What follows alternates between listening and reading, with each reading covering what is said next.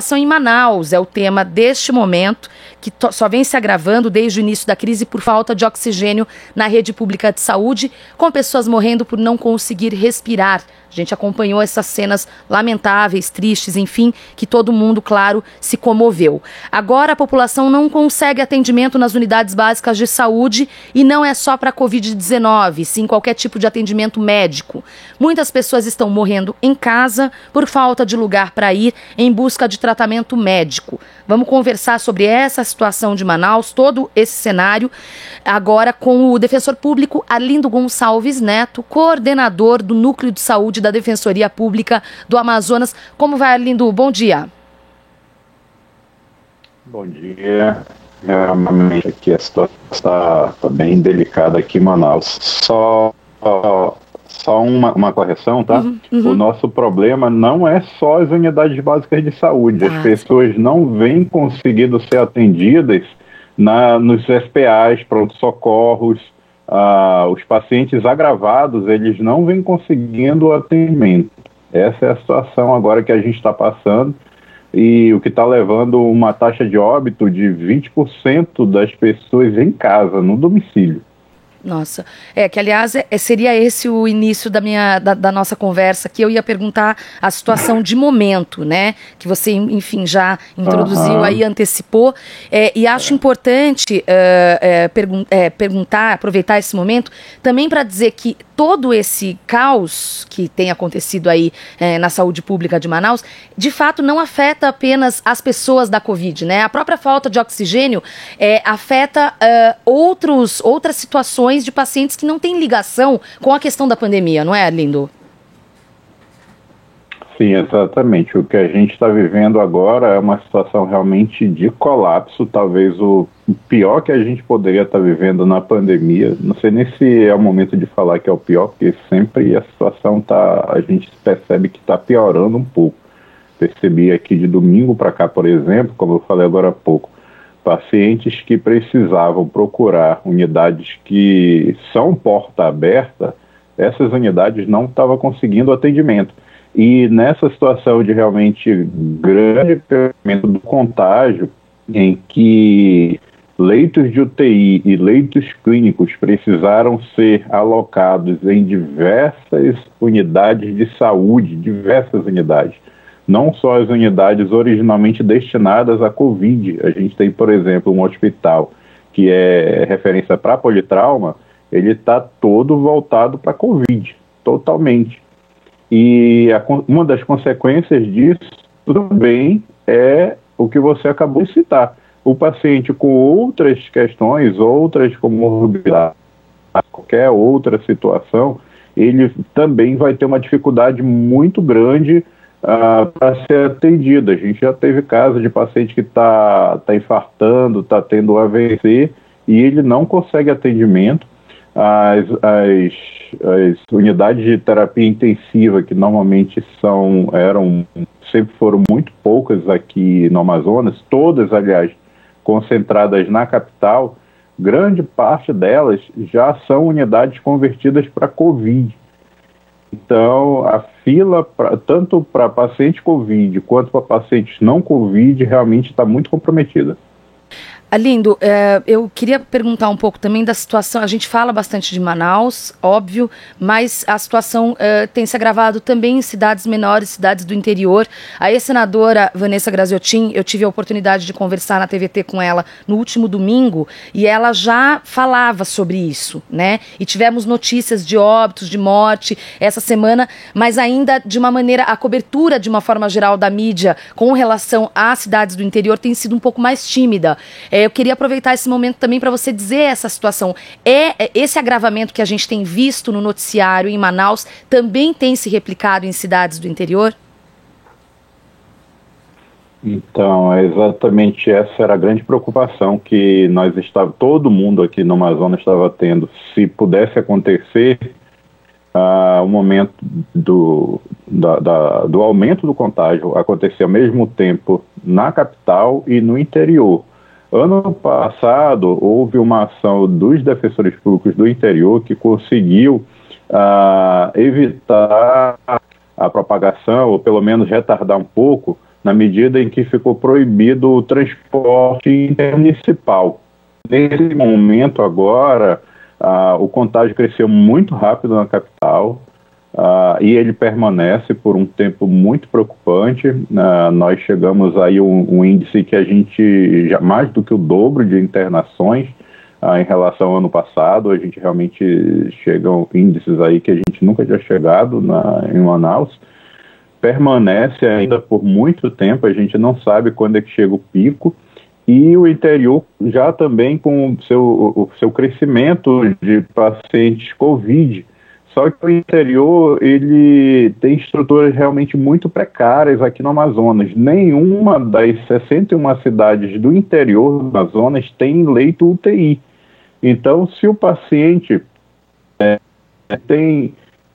tem leitos próximos de UTI, mas não chega a ser UTI. Se o paciente precisar de algo mais específico, como, por exemplo, uma hemodiálise, realmente precisar ser remanejado para uma unidade de terapia intensiva, ele não vai ter isso no interior. Então, o que nós estamos vendo? Dezenas de pacientes, obviamente, em fila de regulação na capital, em Manaus e no interior, fora aqueles que sequer conseguiram ainda ser avaliados para ter uma UTI. A gente vê uma fila de mais de 400 pacientes aguardando por leitos clínicos, envolvendo o interior. E então esses pacientes eles ficam abandonados, porque para se remover do interior para a capital, eles vão necessariamente precisar de uma UTI aérea quando houver a vaga.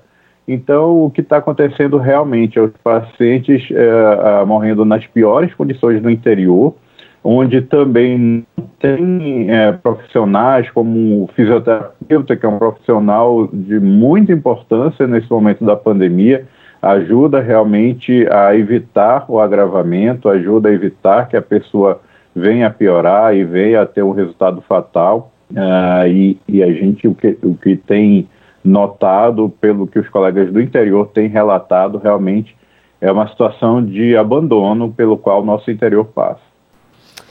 Arlindo, e sobre todo esse cenário aí muito bem explanado por você até o momento, o que a Defensoria pode fazer e tem feito? Quais as ações possíveis no curto prazo? Então, nesse momento de colapso, realmente tem se mostrado inviável ações individuais, como normalmente a Defensoria Pública costuma fazer para garantir o acesso. Veja, nós temos tanto a fila de regulação de pacientes UTI quanto pacientes clínicos, ela está colapsada. Então, de nada adianta você garantir uma vaga via decisão liminar para uma pessoa. Isso pode simplesmente estar trazendo aí uma situação de desequilíbrio.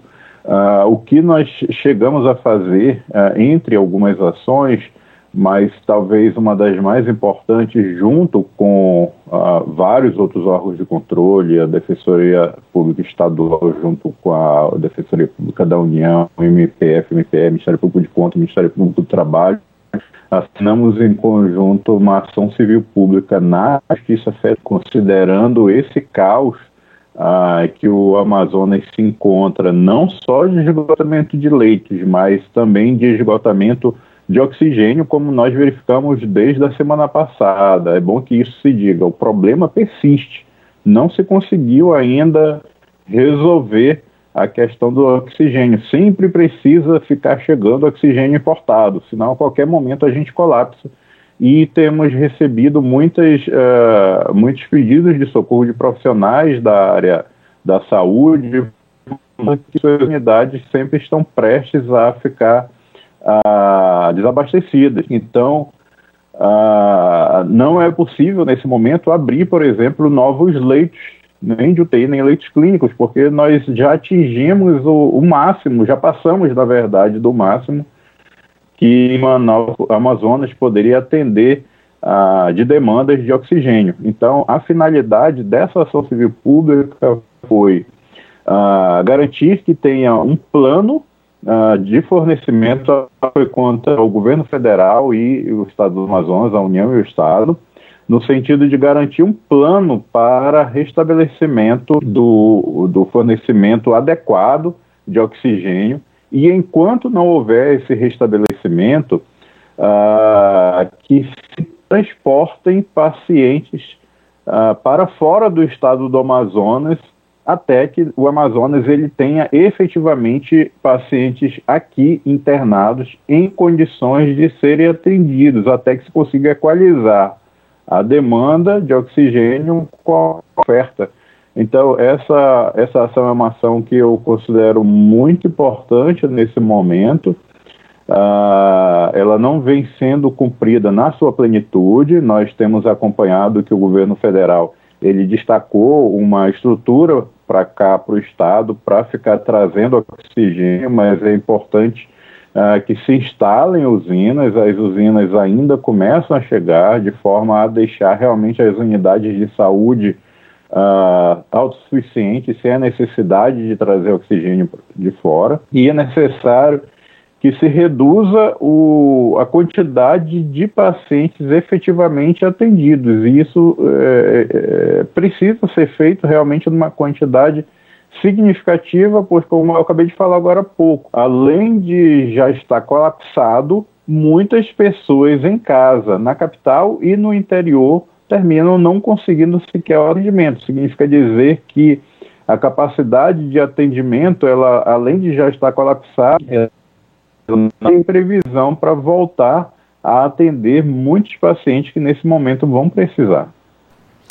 Tá certo. Arlindo Gonçalves Neto, coordenador do Núcleo de Saúde da Defensoria Pública do Amazonas. Arlindo, muito obrigada por participar, por trazer aqui para a gente informações, né, confiáveis sobre tudo isso que infelizmente o estado do Amazonas está passando. Eu desejo uma pronta recuperação do estado aí, né, que as coisas melhorem o quanto antes. Um desejo aqui totalmente sincero, diretamente de São Paulo para vocês.